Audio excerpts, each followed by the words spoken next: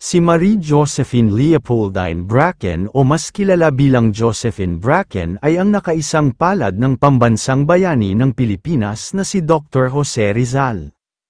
Ngunit, maliban sa pagiging common law wife ni Dr. Jose Rizal, ano ang kanyang naging ambag sa kasaysayan ng Pilipinas lalo na sa larangan ng digmaan?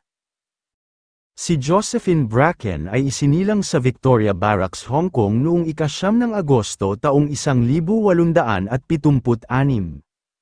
Ang kanyang ama ay si James Bracken na isang corporal ng British Army at ang kanyang ina ay si Elizabeth Jane McBride. Matapos mamatay ang kanyang ina sa panganganak sa kanya, ipinaampun siya ng kanyang ama kay George Taufer. Makalipas ang ilang taon, nang tila nabubulag na ang kanyang ama-amahan na si George Taufer ay inirekomenda niya na magpakonsulta kay Dr. Jose Rizal, isang respetadong ophthalmologista at nagsanay sa Redneck Celle Terrace sa Hong Kong. Sa panahong yun, si Rizal ay ipinatapon sa Dapitan, Zamboanga del Norte dahil sa suliraning pampulitika. Dahil dito, kasama ang bulag na amahin, lumuwas patungong Pilipinas si Josephine at nakarating ng Maynila noong ika-5 ng Pebrero taong 1875 at kalaunan ng buwan na iyon ay nakarating sila sa Dapitan. Pagkakita ni Rizal kay Josephine ay nabighani ito sa alindog ng dalaga. Pagkatapos ay tinignan ni Rizal ang kanyang amahin, ngunit, sa kasamaang palad ay hindi niya ito nagamot. Gayunpaman, nagkamabutihang loob silang dalawa ni Rizal, 18 taong gulang pa lamang siya noon at si Rizal ay 33 na.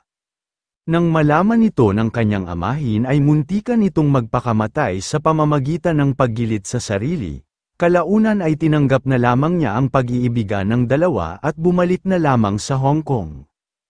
Hindi rin boto sa kanya ang mga kapatid ni Rizal, sapagkat pinaghihinalaan nila na siya ay espiya na ipinadala ng mga fraile para matyagan si Rizal.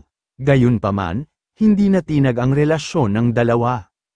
Kasama ang kapatid ni Rizal na si Narcisa, sinamahan niya ang kanyang amahin sa Maynila upang bumalik ng Hong Kong noong ika-14 ng Marso taong 1875. Bago bumalik ng Dapitan upang manirahan kasama si Rizal, nagpakilala siya sa pamilya ni Rizal sa Maynila, iminungkahi ng ina ni Rizal na si Teodora Alonzo ang isang sibil na kasal, na pinaniniwala ang mas mababang sakramento.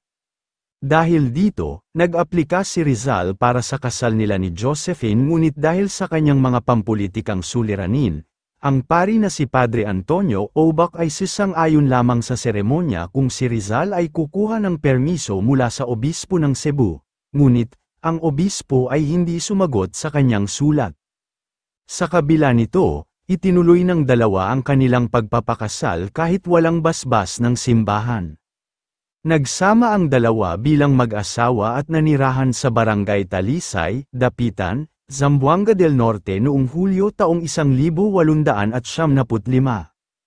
Habang nasa Dapitan, namuhay sila ni Rizal na tila mag-asawa. Ipinagluluto niya si Rizal at tumutulong sa panggagamot nito. Ang dalawa ay nagkaroon ng isang anak na lalaki, si Francisco Rizal E. Bracken, ngunit namatay ito matapos ang ilang oras matapos ito maipanganak. Makalipas ang isang taon, noong Hulyo taong 1876 ay nagpasya ang kanyang asawa na umalis ng Dapitan upang makapaglingkod bilang boluntaryong manggagamot sa mga biktima ng yellow fever sa Cuba. Ngunit, sa kasamaang palad, noong ika-30 ng Setyembre taong 1876, habang patungong Cuba ay inaresto ito, hanggang sa barilin sa Bagong Bayan noong ika-30 ng Disyembre taong 1876. Nang barilin ang kanyang asawang si Rizal, sumama siya sa kapatid nitong si Pasiano Rizal sa Cavite bilang isang nurse hanggang Abril taong 1877. Bilang nurse ay nanggagamot siya ng mga may sakit at sugatang revolusyonaryo. Maliban dito, tumulong rin siyang maglagay ng bala sa mga kartucho sa arsenal ni General Pantaleon Garcia sa Imus, Cavite. Bago bumalik ng Maynila ay nasaksihan niya ang nangyaring kumbensyon sa Teeros noong ika-22 ng Marso taong 1897.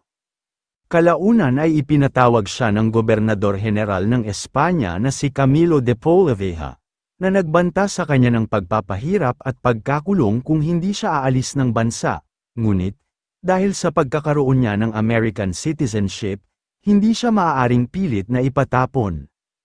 Ngunit, napilitan siyang bumalik sa Hong Kong nang makaalitan niya ang pamilya ni Rizal dahil sa pagkakaroon niya ng interes sa mga aklat ni Rizal at nang hindi niya mapatunayan na kinasal sila ni Rizal isang oras bago si Rizal barilin sa Bagong Bayan.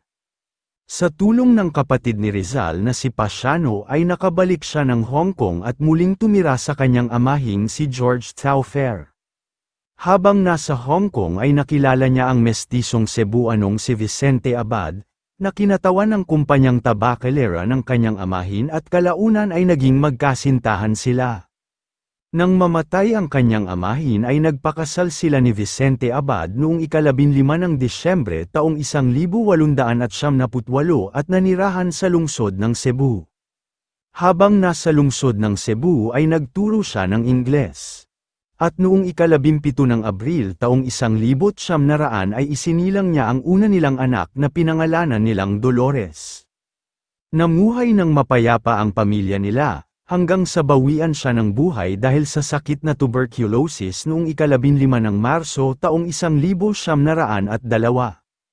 Inilibing ang kanyang mga labi sa Happy Valley Cemetery sa Hong Kong. Kung kayo ay aking tatanungin, anong masasabi ninyo sa talambuhay na ito, mag-comment lang. So, ayun lamang ang talambuhay natin ngayong araw, sana ay may natutunan kayo. Huwag na rin kalimutang mag-like at mag-subscribe para maging updated sa mga panibagong video. Maraming salamat po.